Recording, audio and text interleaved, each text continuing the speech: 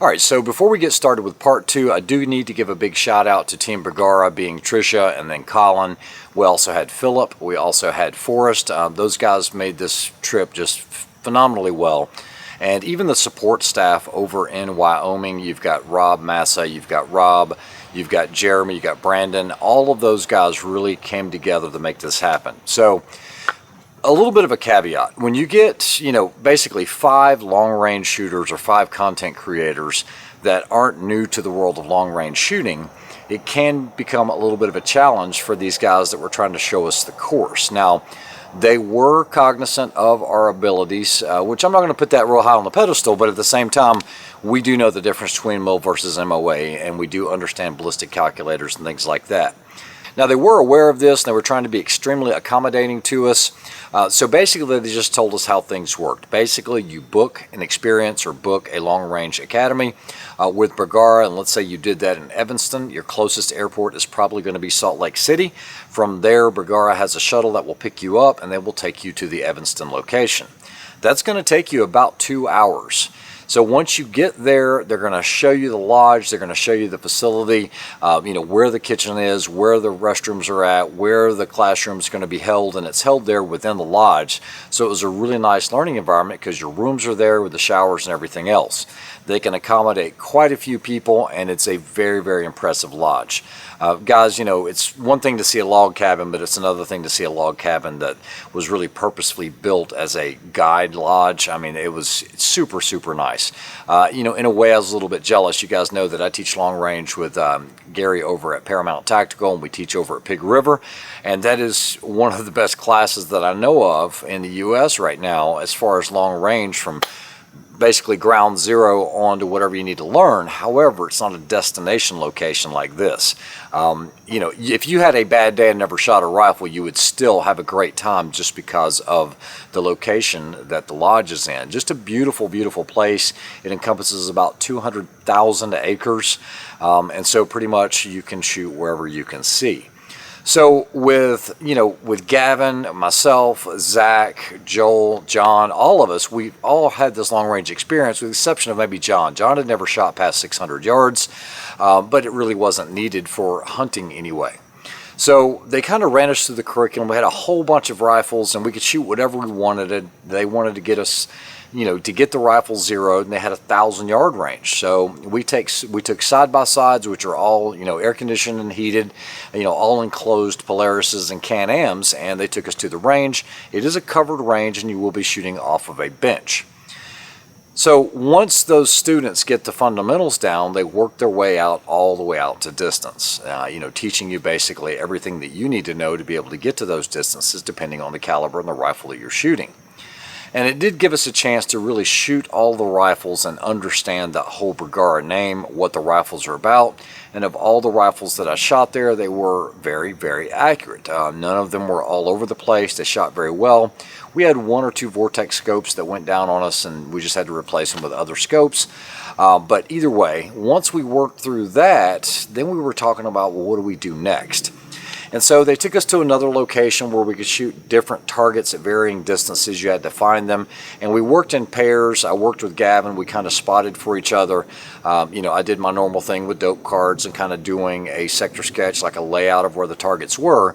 And it's just one of those things that made life easier. But once we got done with that, we were like, well, what's next? And so we wanted to do some stretching out to a mile, and they set up a mile range for us. They had a 48 by 48 inch piece of steel with a little small center in it, and honestly we all made impacts on that within no time. Now keep in mind, we were pretty much using the MG Light. We were also using the HMR, but we were using 300 PRC as well as 7 PRC, and the rifles did super, super well.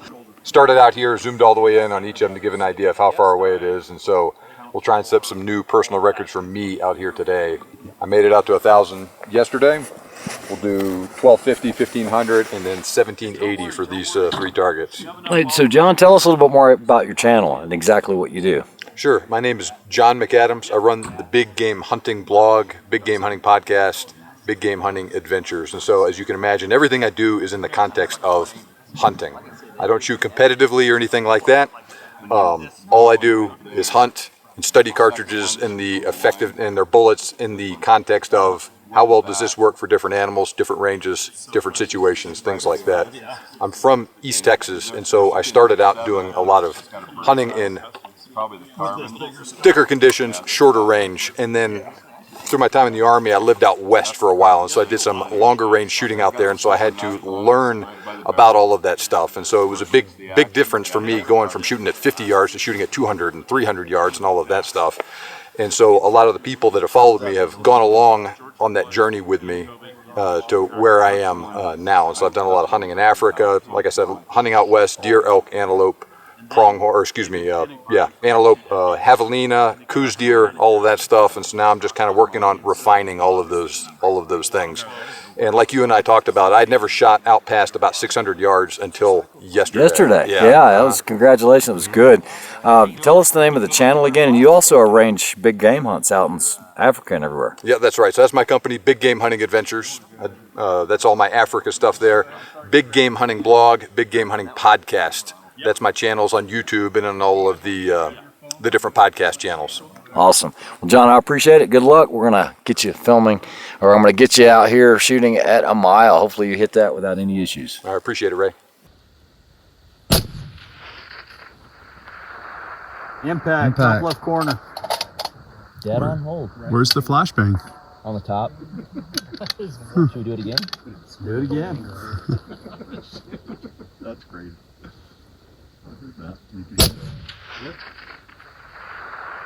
Impact. How about one more? Now, who's this guy right here? Oh, what's up? Hope we hit some mild targets. So, guys, if you aren't familiar, this is Zach with Mountains Mullets America. I've actually been following him for quite a while, and his channel's really blown up. A lot of the same interests when it comes to rifles and whatnot. Why don't you tell us a little bit about yourself and what you plan on doing with the channel? And I think you've shot a mile before. Oh yeah, for sure. Yeah. Oh man, I'm just passionate about long range shooting. So Yeah. I love to shoot long range. I love cool gear, and my goals for the channel is very similar to X-Ring actually. Is long range focused content, cool gear, and trying to help the viewer become better. Maybe your passion or your journey for long range shooting. So definitely want to create some kind of value in each video that I'm putting out, and so far it's been working. And you know, likewise, I love your content. I've been watching you for years. So. Well, I appreciate it. Yeah, and your voice is easy to listen to, and it's very, very instructional, and I've always enjoyed watching your stuff. So thanks, Zach. Good luck at the mile. Yeah, thank you.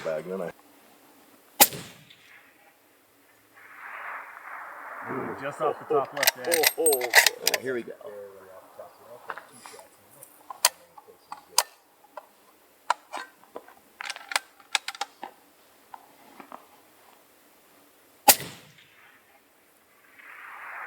Impact. Top left corner. Dead on hold. Where's the flashbang? On the top. Should we do it again? Do it again. That's great.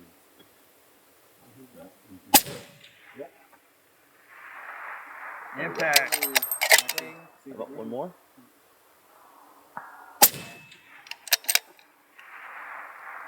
Just off the right edge. Edge. Left.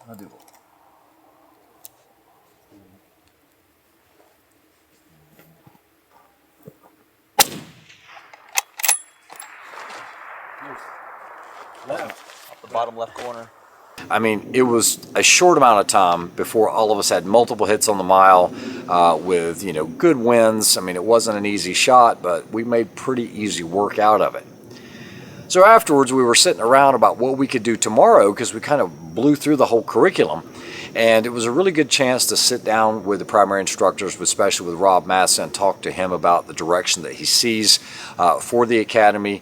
You guys got to also remember that they do guided hunts there. Everything from elk to mule deer, you name it, they probably have it. And so, you know, their primary function with RK hunting is actually guide services. You know, they've got, you know, all these lakes with, you know, stocked cutthroat and everything else. So you can kind of tailor it to what you want as far as an experience, or if you have another group, you could do that, and I'm sure you could call them and they could accommodate it. So, like I said, it was an amazing experience. So the next day, we were looking around and they said, you know, we've got a place we might be able to get a little bit further. And Zach and I and Gavin were talking, we were like, how about if we stretch out closer to, like, let's say 1.5 miles, you know, something that's 2,700 yards. I mean, heck, if we had 2 miles, we would have tried it. And, you know, not everyone wanted to do that, and I understand, you know, but that's something that I wanted to do Gavin wanted to do, Zach wanted to do, and Joel and John, they were like, hey, whatever, we're slinging lead. So we asked them if we could get it set up. We set it up, and we had like 15-mile-an-hour wind. All right, so we are here at the Bergara event. We are at 2,700 yards. That's how far, Zach? It's over 1.5 miles. And we're going to try to take some 7 PRCs and 300 PRCs and see if we can at least get close to this target out here. What do you guys think for percentage-wise? You think we'll do it or no? It is a little windy, just a little bit. I think it's a stretch. A stretch, I agree. We've got 7 boxes of ammo. Surely we can get 1 hit out of all of that, right? Joel? Not a chance in Not a chance. I might. Where's the money at? No, and Zach. I'm not quitting until we hit. So. That's right. I think it's possible. We do have a 15-mile-an-hour wind. The good thing is it's at about 5 o'clock, so it's not directly at our back, so it's not going to be a full value or half value, and I think that's going to help us. But we're going to do it with factory Bergara rifles. Let's see if we can do it. You guys can see here I'm trying to take some wind readings with the Kestrel because I want to at least be in the general vicinity. And what we decided on was we would just take 10 rounds each. I shot first to kind of get the dope. And you got to remember, guys, these are production rifles. These aren't rifles built for ELR. They're not built for what we were trying to accomplish. But it's one of those things, we're there, why not, right? So I knew we were going to have some limitations, even using like on Razor HD or any of those scopes. We just didn't have enough taper to be able to dial it. That's a given. But not only that, even if you dialed out on the reticle, we didn't have enough reticle to be able to hold towards the target. So if you will, just imagine maxing out your turret, maxing out your reticle holds, and then having to take your last steady line and holding it up in the tree somewhere because your target's way down here. So I said, I'll go first, at least we'll get us close and then you guys can hammer it out from there. And the first couple shots or so, we were actually pretty darn close. You could see the impacts, you could see the dust flying. And within about 3 shots or so, I think I had one that was like a foot away from the target, like right off the bat. And so we were starting to get the wind calls and everything else. But when it got about to the 5th or 6th shot, I was like, guys, I didn't see anything. You sure that wasn't an impact? And they were like, man, we didn't see anything.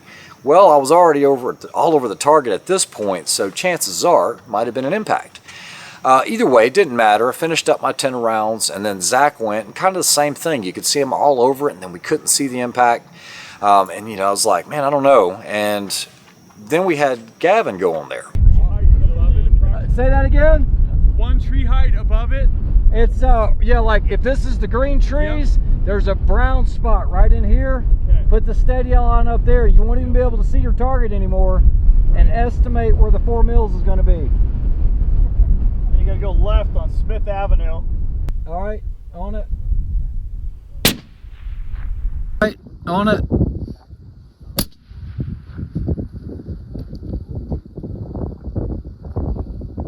Okay, elevation perfect. Too much wind. It's a 5.5 second flight time. We're on it. Okay, you guys ready? Yep.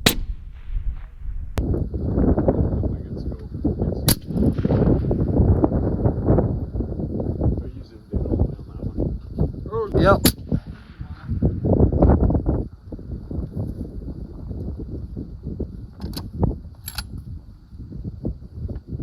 See anything? I got nothing. Nothing. So now Gavin was up. He shoots 10 rounds. So we got 30 rounds down range at this 48-inch target at 1.5 miles. He's like, let me shoot 4 more. So he shoots 4 more. Now keep in mind, we were shooting 300 PRC and 7 PRC. And it just got to the point where we were like, you know what, just stop. Before anybody else shoots, let's go ahead and send somebody down range with one of the Polarises and verify, because I think I see an impact at the top. I think I see one in the orange.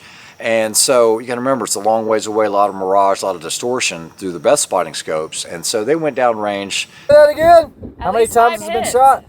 At least 5. At least 5. I think we can all claim credit then. Yeah, there we go. There were sick. definitely a couple where we just didn't see We a didn't splash. see it. Those are the impacts. So do they have a spotter on it now? Called us back on the phone and said, guys, we already have 5 impacts on the steel. So we were ecstatic because that was personal best. We don't know who hit them. It could have been just one of us 3. It could have been all of us 3. But we're pretty sure it was all of us 3 had hit that because they were pretty dialed in. Now, what we did at that point to be able to get exact confirmation is one of the guides, and Joel actually went with these guys, and they kind of sat down on a valley so that they could visually spot, but not in our line of fire, they could spot the target from an intermediate distance. And at that point, John was able to connect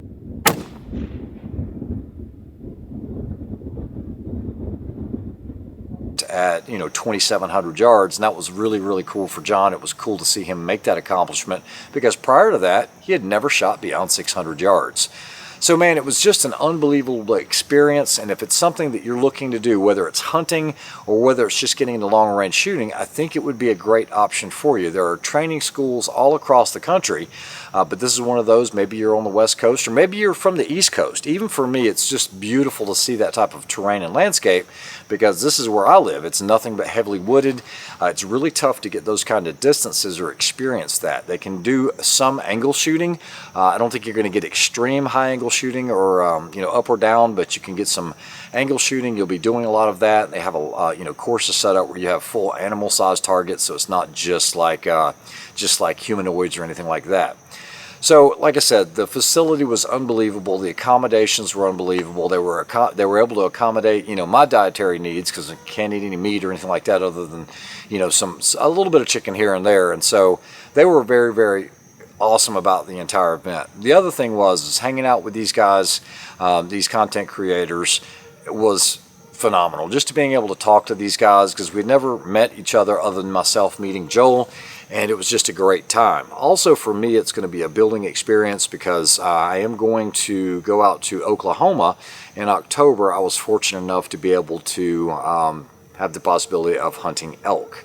So I am good on that one. I haven't decided how this is going to go yet. Really looking really heavily at a 7 PRC, so I've reached out to the guys at Bergara about possibly using a 7 PRC for the hunt. I've been told with the proper bullets that's plenty enough for elk. You got to remember, I hunted way back in the day, and I haven't hunted in a long time, but I've never had the opportunity to hunt elk, so this should be exciting. So I'm going to start documenting more hunting footage, things like that for you guys on the channel. I know not everyone's into hunting. I used to not be, but I was a long time ago, and I can see myself slowly getting back into it. Here recently I went coyote hunting. It was a great experience. Just right down the road from my house, there was a farmer that was having some issues with coyotes. I happened to have some thermals from AGM, like the 640 rattlers, and it just made it easy work. This shot right here is actually on a coyote that had came in. You could see him initially at 300 yards. I waited till he was about 220 yards away, just using a Mark 262 round, dropped him like a sack of potatoes, and I'll spare you all the gory details or anything like that, but it was a lot of fun. If you guys want to see more of that content, I am going to try to add some of that, and we'll see if we can do it in a tasteful way. So with that being said, let's go ahead and look at some of the parting shots, and you can hear from all the other guys that were there with us. Hope you guys have a great week. We'll talk to you soon. Have a good one. All right, guys, over the last 2 days, we've been here in Evanston, Wyoming at the Bergara Academy, Wyoming. I mentioned that I do have a facility in Montana as well, but it wasn't just the experience here. I do want to give a big shout out to Bergara for inviting me to this event, but also all of these guys. Starting over here on the far right, we've got Gavin. You guys know who he is, with Ultimate Reloader. And then off to my left, directly to my left, is Zach. And guys, I followed all these guys with the exception of John, because John was more hunting content. That I don't really have that on my channel. But you've got Zach here with Mountains Mullet America, with an M, no A. And then you've got John here with the Big Hunting Podcast, Big Game Hunting Podcast. And then you've got Joel here with Precision Rifle Network.